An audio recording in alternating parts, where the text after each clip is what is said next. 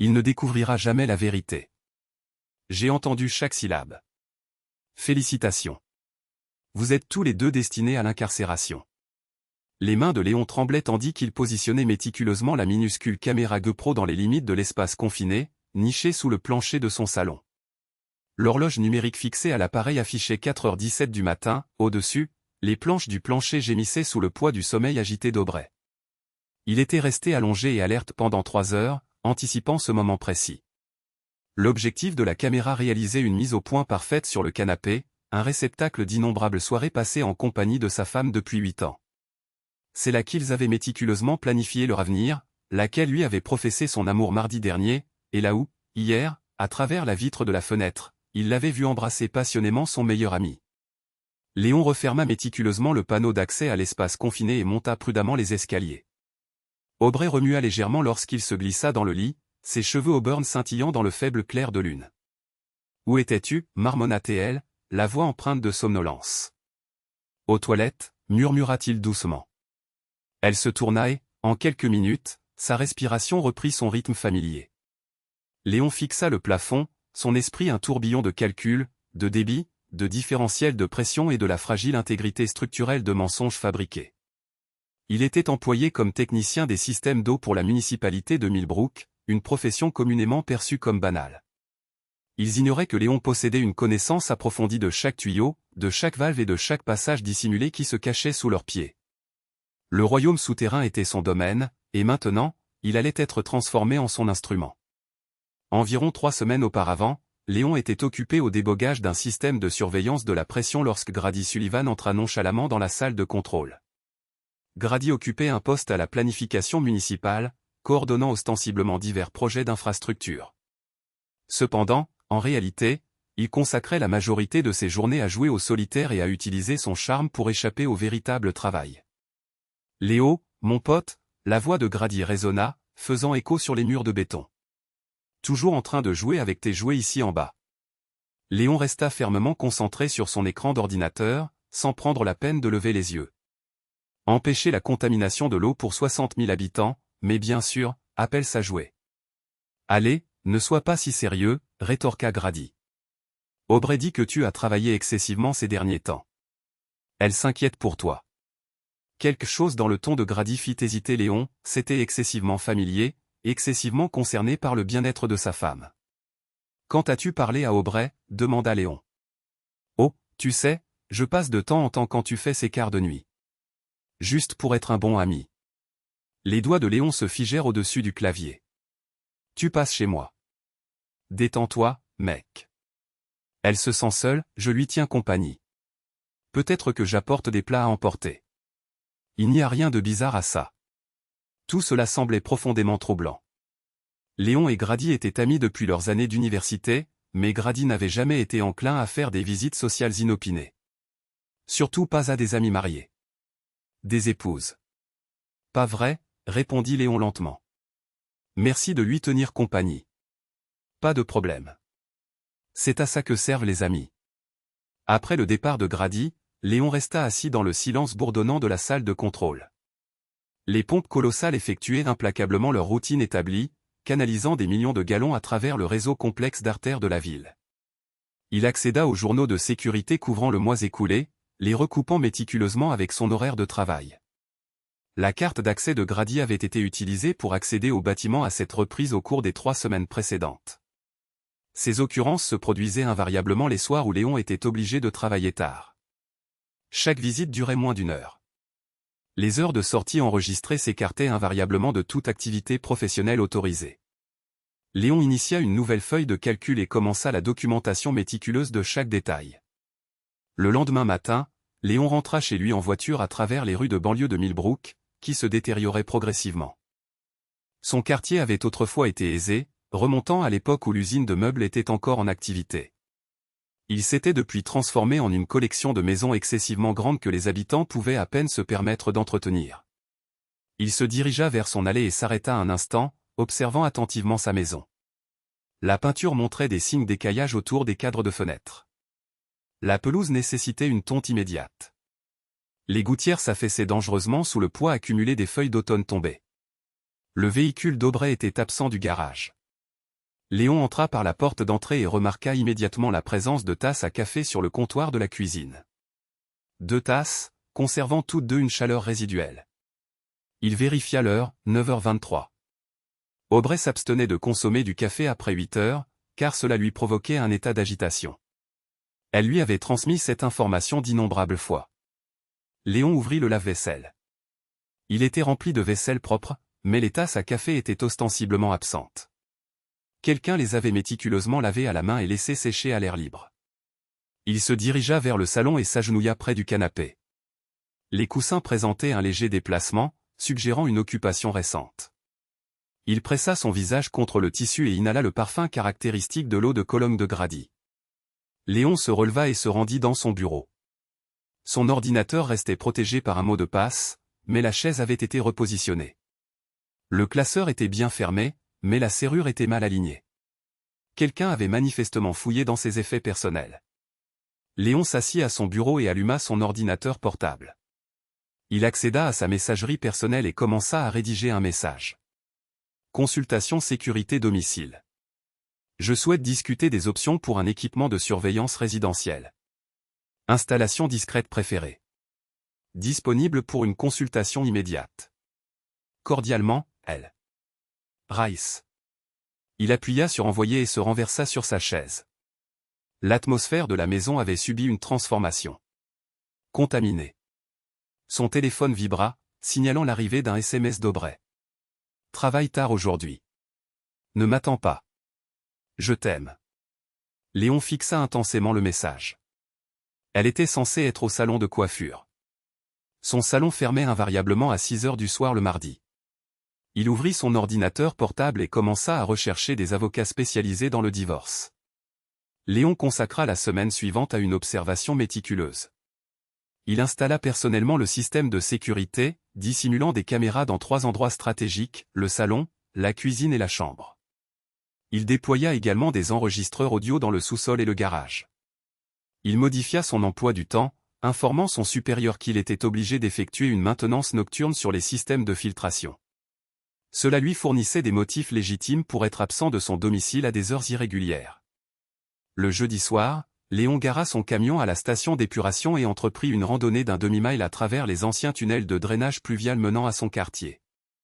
Ces tunnels étaient les vestiges d'un projet d'agrandissement avorté datant des années 1980, qui n'avait été ni achevé ni comblé. Léon avait méticuleusement cartographié chaque centimètre de ces tunnels au cours de sa première année de travail. Il sortit d'une bouche d'égout située à 3 pâtés de maison de sa résidence et se faufila discrètement à travers les ombres jusqu'à son jardin. Les détecteurs de mouvement intégrés à son système de sécurité avaient été désactivés à distance.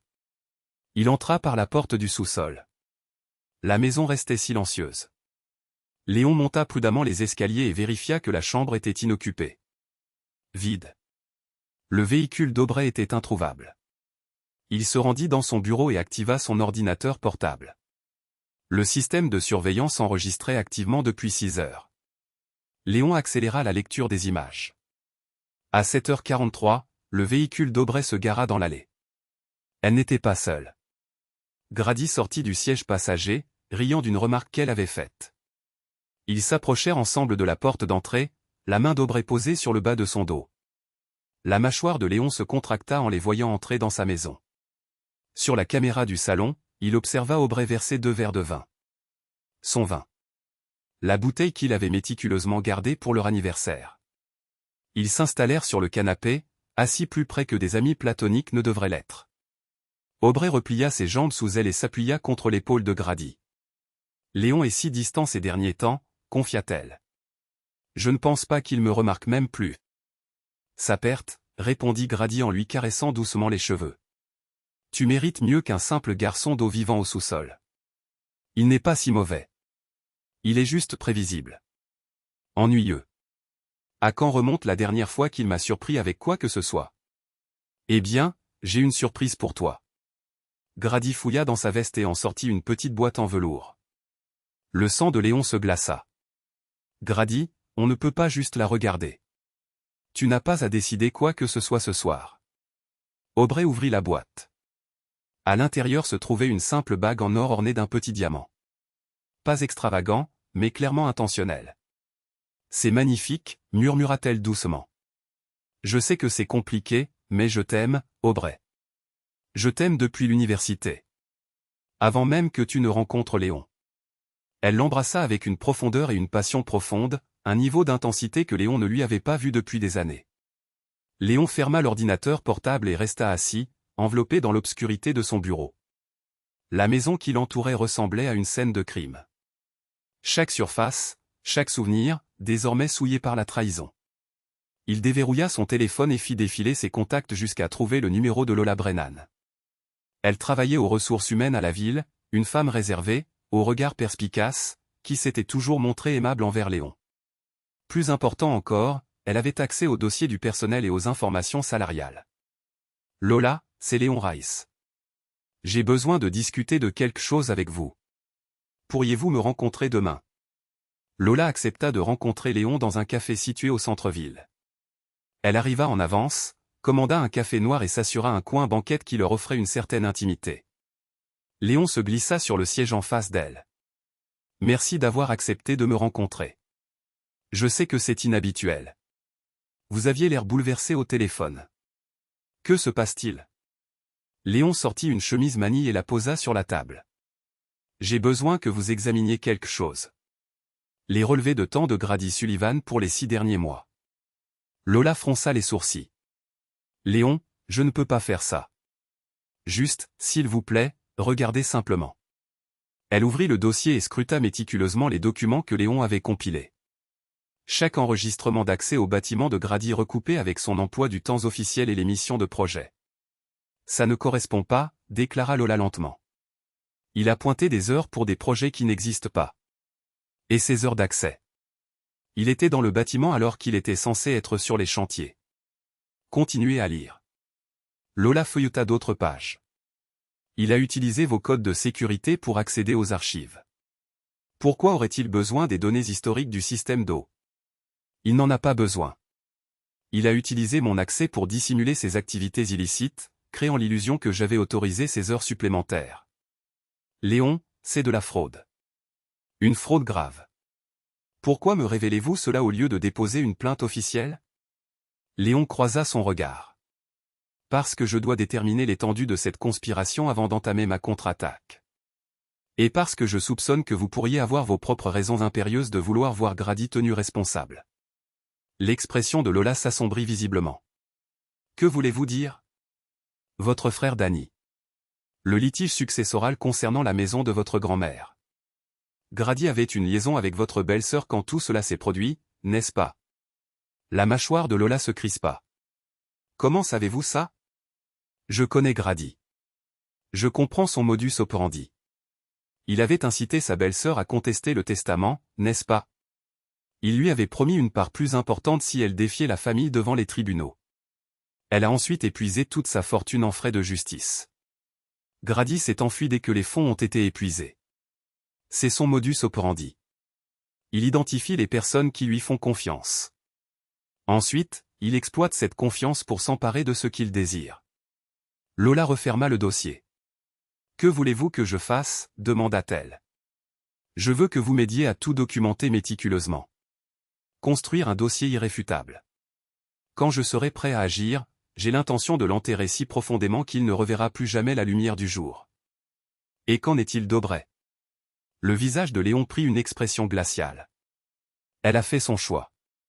Maintenant, elle doit en subir les conséquences. Au cours des 2 semaines suivantes, Léon et Lola collaborèrent pour monter leur dossier contre Grady. Ils documentèrent méticuleusement chaque relevé de temps frauduleux, chaque cas d'accès non autorisé, et chaque signature falsifiée. L'accumulation de preuves s'avéra accablante. Parallèlement, Léon maintenait sa surveillance.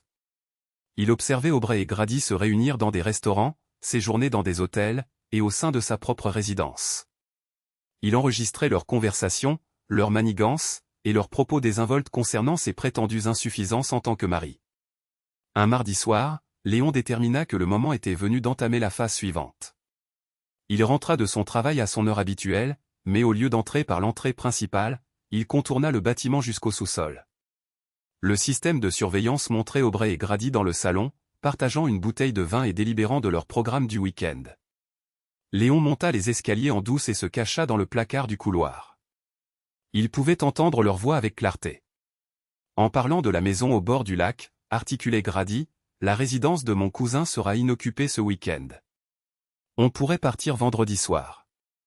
Et si Léon se doute de quelque chose? Dis-lui que tu vas rendre visite à ta sœur à Hartford. Tu as déjà utilisé ce prétexte. Je déteste le tromper. Il ne mérite pas ça. Alors quitte-le. Tu sais bien que tu as envie de le faire. Ce n'est pas si simple. La maison, les finances, tout est lié. Je ne peux pas simplement m'en aller. Tu pourrais, si tu avais de l'aide. J'y ai réfléchi. Il existe peut-être une méthode pour rendre cela faisable. Le pouls de Léon s'accéléra. C'était le moment crucial où il passait d'une aventure à une conspiration. Quelle sorte de méthode? Léon a une assurance vie par le biais de la ville. 500 000 $. Et il a ce métier dangereux. Les accidents arrivent dans les usines de traitement des eaux. Le ton d'Aubrey se réduisit à un simple murmure.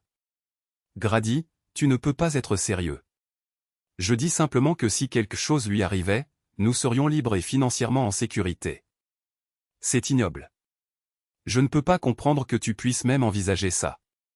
Tu as raison. Je m'excuse. Je voulais juste. J'ai une affection si profonde pour toi, Aubrey. Je ne peux pas supporter l'idée que tu restes piégé dans ce mariage. Je t'aime aussi. Mais nous devons faire preuve de prudence et de patience. Léon ferma les yeux et compta jusqu'à 10. Ensuite, il ouvrit la porte du placard et traversa jusqu'au salon. Aubrey et Grady se séparèrent brusquement sur le canapé, les verres de vin oscillant dangereusement. Léon, haleta Aubrey. Tu es rentré plus tôt. Est-ce que je dérange quelque chose? Non, absolument pas. Grady s'est juste arrêté pour. Pourquoi? L'intonation de Léon resta calme, presque conversationnelle. Pour discuter de ma police d'assurance vie.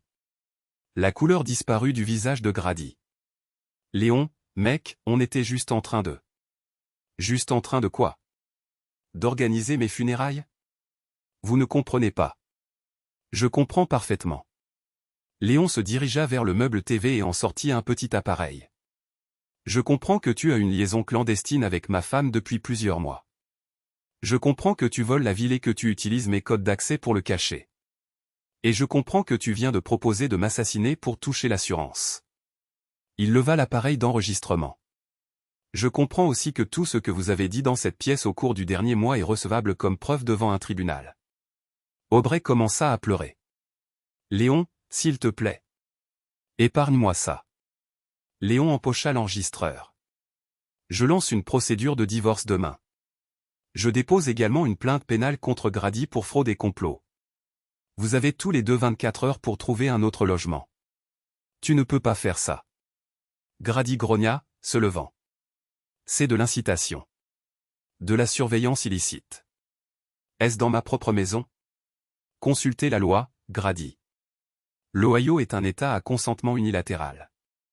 Je suis autorisé à enregistrer toute conversation que je suis légalement autorisé à entendre. Tu n'étais pas dans la pièce. N'est-ce pas? Consultez les horodatages. J'étais dans la maison pendant toute la durée. Cela fait de moi une partie à la conversation. Grady se jeta en avant, mais Léon était prêt. Il fit un pas de côté et attrapa Grady par la chemise, utilisant son élan pour le projeter contre le mur. Touche-moi encore, dit Léon calmement, et j'ajouterai agression aux charges. Grady le repoussa. Tu te crois tellement intelligent, n'est-ce pas? Tu crois que tu as tout réglé. Je sais que c'est le cas. Vous ne savez rien. Tu n'es personne. Un gratte-papier qui se croit important parce qu'il est capable d'interpréter la pression de l'eau. Aubrey te dénigre dans ton dos depuis des années. Je suis sûr que oui. Mais ce n'est pas moi qui suis sur le point de tout perdre. Léon s'avança vers la porte et l'ouvrit. Partez. Vous deux. Immédiatement. Aubrey se leva en essuyant ses yeux. Léon, est-ce qu'on peut s'il te plaît avoir une discussion rationnelle à ce sujet? Il n'y a rien à discuter. Tu as fait ton choix. J'ai fait une erreur. Les gens font des erreurs. Les erreurs sont accidentelles. C'était délibéré, calculé. Tu as choisi de me trahir, et maintenant tu dois en subir les conséquences. Et le pardon? Et nos vœux de mariage? Le rire de Léon avait une amertume particulière. Tu veux parler des vœux? Permets-moi de te les rappeler. Pour le meilleur et pour le pire, dans la richesse et dans la pauvreté, dans la maladie et dans la santé, jusqu'à ce que la mort nous sépare, tu as choisi de passer directement à la partie sur la mort. Grady attrapa sa veste. Ce n'est pas fini, Léon. Tu ne peux pas anéantir la vie des gens simplement parce que tu es en colère. Regarde-moi faire. Le lendemain matin, Léon se rendit au palais de justice. Dès son ouverture, il demanda le divorce, invoquant l'adultère et les différends irréconciliables. Il déposa également une ordonnance restrictive contre Aubrey et Grady, leur interdisant d'accéder à son domicile ou à son lieu de travail. Simultanément, Lola soumit leur dossier de preuve au service des ressources humaines et au bureau du procureur de la ville. À midi, Grady avait été escorté hors du bâtiment et placé en congé administratif en attendant les résultats de l'enquête. Léon consacra l'après-midi à transférer ses biens les plus indispensables dans un entrepôt. Il avait également changé les serrures de la maison et révoqué l'accès d'Aubrey à leur compte joint. Son téléphone sonnait sans cesse. Aubrey, puis Grady, puis Aubrey à nouveau. Il les ignorait tous. À 18h, Léon se rendit en voiture à la station d'épuration. Il avait un travail légitime à faire, mais surtout, il devait se préparer pour la phase suivante de sa stratégie. Les anciens tunnels d'orage permettaient d'accéder à la majeure partie de l'infrastructure souterraine de la ville. Léon les cartographiait depuis des années, documentant chaque connexion, chaque section abandonnée, chaque salle de maintenance oubliée. À 3 pâtés de maison de sa résidence, il existait une salle qui avait été scellée dans les années 1990 lorsque le projet de tunnel avait été annulé. Léon l'avait découverte lors d'une inspection de routine, mais il ne l'avait jamais signalée. L'espace s'avérait idéal pour ses besoins. Sec, sûr et complètement détaché du réseau électrique. Au cours de la semaine suivante, Léon transféra discrètement du matériel dans la salle. Un bureau, une chaise, un classeur. Il fit passer un câble Ethernet à travers le système de tunnel et établit une connexion Internet sécurisée. Il installa des lampes LED alimentées par batterie et un petit ventilateur. L'endroit se métamorphosa en son centre de commandement. De là, Léon orchestra sa campagne de destruction. Il collabora avec Lola pour exposer toutes les facettes de la fraude de Grady. Ils déterrèrent des preuves de pots de vin, d'inspections falsifiées et d'achat de matériel non autorisé. L'affaire prenait de l'ampleur chaque jour. Léon engagea également un détective privé pour documenter les activités financières d'Aubrey. Ils découvrirent qu'elle avait détourné des fonds des comptes de son salon, utilisant l'argent pour couvrir les frais d'hôtel et de cadeaux pour Grady. Le jeudi soir, Léon reçut un appel de son avocat. « Nous avons un problème », articula l'avocat. Aubrey prétend être enceinte. Léon s'affala lourdement sur sa chaise de bureau souterraine. Quoi? Elle a déposé une requête pour retarder la procédure de divorce. Prétendant qu'elle porte votre enfant et qu'elle a besoin de temps pour réfléchir à ses options. C'est impossible. Nous n'avons pas eu de relations intimes depuis des mois. Pouvez-vous le prouver? Léon contempla les images de surveillance. Oui, je peux le prouver. Bien. Parce que si elle est enceinte et que ce n'est pas de vous, c'est une autre preuve pour l'affaire d'adultère. Mais si c'est de vous, ce n'est pas de moi. Croyez-moi. Léon mit fin à l'appel et fixa le mur de béton. Aubrey passait à la vitesse supérieure, devenant désespérée. Cela la rendait dangereuse. Il devait mettre fin à tout cela rapidement. L'audience de divorce était prévue pour le lundi suivant. Léon passa le week-end dans son bureau souterrain. Méticuleusement. Préparant sa présentation. Il avait tout rassemblé. Relevés financiers, images de surveillance, enregistrements audio et témoignages. Le lundi matin, Léon arriva tôt au tribunal. Il revêtit son plus beau costume et porta une mallette remplie de preuves. Aubrey était déjà présente avec son avocate, une femme élégante dans une robe coûteuse. Grady était là aussi, assis au fond de la salle. Il avait été licencié de son emploi municipal, mais les accusations criminelles restaient en suspens. Il avait l'air hagard, vaincu. La juge Matzon ouvrit la séance. C'était une femme pragmatique d'une 60aine d'années, réputée pour sa vive intelligence juridique et son intolérance pour les manigances. Il s'agit d'une procédure de divorce pour Léon et Aubrey Rice. annonça la juge. Monsieur Rice, vous avez demandé le divorce pour motif d'adultère. Présentez vos preuves. Léon se leva et se dirigea vers le pupitre.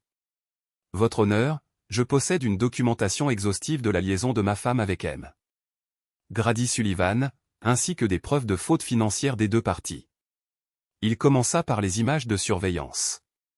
La salle d'audience regarda en silence Aubrey et Grady s'embrasser sur le canapé, planifier leurs escapades de week-end et discuter de la police d'assurance vie de Léon. L'avocate d'Aubrey s'opposa à plusieurs reprises, mais la juge Matzon la débouta à chaque fois. Les preuves avaient été obtenues légalement et étaient directement pertinentes pour l'affaire. Ensuite, Léon présenta les relevés financiers. Il expliqua comment Aubrey avait subtilisé des fonds de son salon pour financer la liaison clandestine, et détailla en outre comment Grady avait fraudé la municipalité pour augmenter ses revenus. Votre honneur, déclara Léon, la défendresse a systématiquement trahi le caractère sacré de notre mariage, violé ses responsabilités fiduciaires en tant que propriétaire d'entreprise et comploté avec son amant pour commettre une fraude contre l'administration municipale. De plus, poursuivit-il, elle a proféré des menaces contre ma vie, comme l'attestent les enregistrements audio présentés. La juge Matzon examina minutieusement les preuves. Madame Rice, demanda-t-elle, comment répondez-vous à ces graves allégations? L'avocate d'Aubrey se leva pour s'adresser à la cour. Votre honneur, commença-t-elle, ma cliente reconnaît avoir commis des erreurs dans sa conduite maritale. Cependant, elle est actuellement enceinte, porte l'enfant de Monsieur Rice, et nous croyons fermement qu'une réconciliation reste une perspective viable, si... Objection, interrompit Léon avec véhémence. La défenderesse n'est pas enceinte de mon enfant. Je possède des preuves médicales irréfutables pour étayer cette affirmation. Léon tendit alors un document à l'huissier. Il s'agit du résultat d'un test de paternité, obtenu par ordonnance du tribunal en bonne et due forme. L'enfant n'est manifestement pas le mien. La juge examina le document avec une attention méticuleuse. Madame Rice, demanda-t-elle d'un ton incisif, les informations présentées ici sont-elles exactes? Aubrey succomba aux larmes, sa contenance brisée. Oui, votre honneur, avoua-t-elle, le bébé est de Grady. Un murmure collectif résonna dans l'enceinte du tribunal. La juge Matzon, brandissant son marteau, rétablit l'ordre d'un coup retentissant. Sur la base de la totalité des preuves présentées, proclama-t-elle, je constate par la présente que la défenderesse s'est livrée à l'adultère et a participé à des activités financières frauduleuses. Le divorce est donc prononcé. Monsieur Rice conservera la pleine propriété du domicile conjugal et de tous les biens associés. Madame Rice ne recevra aucune pension alimentaire. La juge poursuivit, la garde de l'enfant à naître est jugée non applicable, étant donné que Monsieur Rice n'est pas le père biologique. Le marteau s'abattit avec une finalité résolue. Léon rassembla ses documents juridiques et se dirigea vers la sortie. Aubrey resta à la table des accusés, en proie à des sanglots inconsolables. La présence de Grady était visiblement absente. Alors que Léon s'approchait de la porte de la salle d'audience, la voix plaintive d'Aubrey l'interpella, « Léon, attends, s'il te plaît. » Il se retourna pour lui faire face. Son mascara était coulé, ses cheveux en désordre, et son visage reflétait un désespoir total. « Je suis désolé, murmura-t-elle, sa voix à peine audible. « Je suis profondément désolé. Je sais que je ne mérite pas le pardon, continua-t-elle, mais... » Léon l'interrompit calmement, « Vous avez raison. Vous ne le méritez pas. » Il quitta alors le palais de justice, sortant dans la lumière éclatante de l'après-midi. Environ 2 semaines s'écoulèrent. Léon travaillait tard avec diligence à la station d'épuration lorsque des pas résonnants dans le tunnel attirèrent son attention. Il leva les yeux de son écran d'ordinateur pour voir Grady émerger des ombres environnantes. « Bonjour, Léon », le salua Grady. Il avait l'air défait et usé. Ses vêtements étaient froissés, sa barbe mal taillée. Il avait visiblement perdu du poids, et ses yeux étaient injectés de sang et fatigués. « Que veux-tu, Grady » demanda Léon. « Je souhaite converser avec toi » répondit Grady, d'homme à homme. « Nous n'avons absolument rien à nous dire » rétorqua Léon. « Je crois que si » insista Grady, s'approchant davantage. « Tu as anéanti ma vie, ma carrière, ma réputation et mes perspectives d'avenir » déplora-t-il. « Tout cela parce que tu étais incapable d'accepter le fait que ta femme n'avait plus d'affection pour toi. »« J'ai détruit ta vie » répliqua Léon. « Tu es seul responsable de cette issue » la conséquence de ta décision délibérée de détourner des fonds de la ville et d'entretenir une liaison avec ma femme. Elle a cherché du réconfort auprès de moi, Léon, affirma Grady. Elle était seule et se sentait négligée. Tu étais tellement absorbé par tes précieux systèmes d'eau que tu es resté insensible aux bouleversements qui se produisaient au sein de ton propre foyer. Alors, tu as choisi de t'approprier ce qui ne t'appartenait pas de droit, déclara Léon. Je l'aimais, insista Grady. Je continue de l'aimer. Si c'est le cas, alors pourquoi n'es-tu pas avec elle actuellement, demanda Léon. Le visage de Grady se tordit de douleur. Elle refuse de communiquer avec moi, avoua-t-il. Elle soutient que j'ai tout gâché. Elle me reproche la perte de la maison, de l'entreprise, de tout. Et elle a raison, c'est de ta faute, affirma Léon. Non, c'est de ta faute, rétorqua Grady. Tu aurais pu simplement demander le divorce, discrètement, réclamer ta part des biens et partir. Mais tu étais déterminé à nous détruire tous les deux. Léon se leva de son bureau. Vous avez conspiré pour me faire licencier, accusa-t-il. Ce n'était que des paroles en l'air, objecta Grady. Un déversement de frustration. Je ne serais jamais passé à l'acte. Tu as implanté l'idée dans son esprit, affirma Léon. Tu l'as incité à y songer.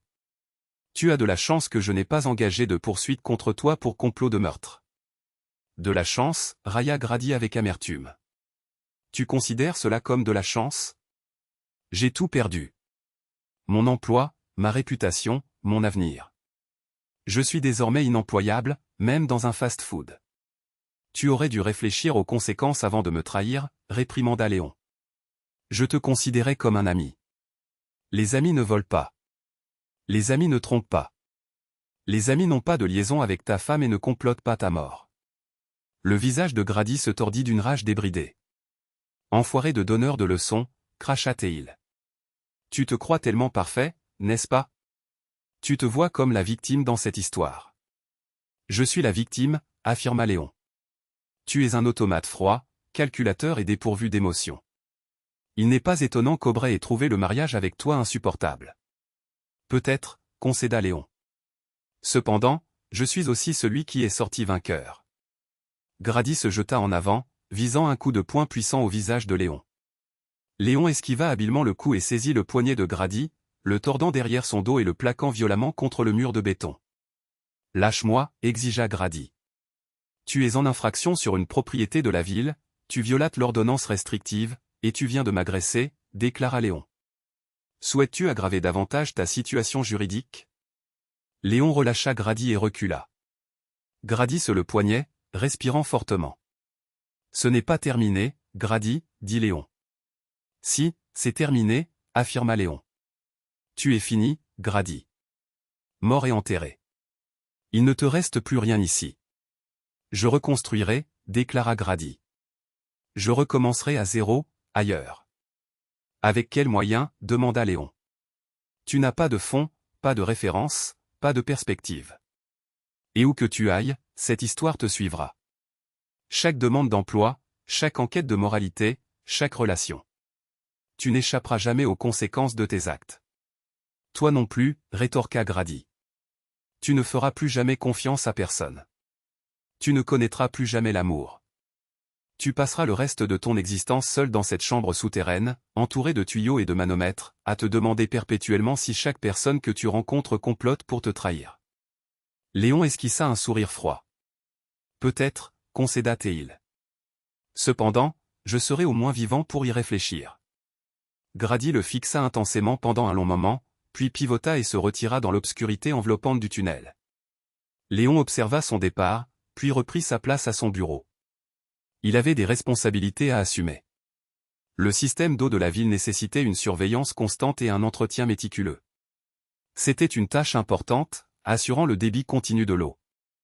Léon excellait dans son travail. Il avait une compréhension globale de la pression, des débits et de l'intégrité du système. Il était doué pour identifier les problèmes potentiels avant qu'ils ne se transforment en défaillance critique.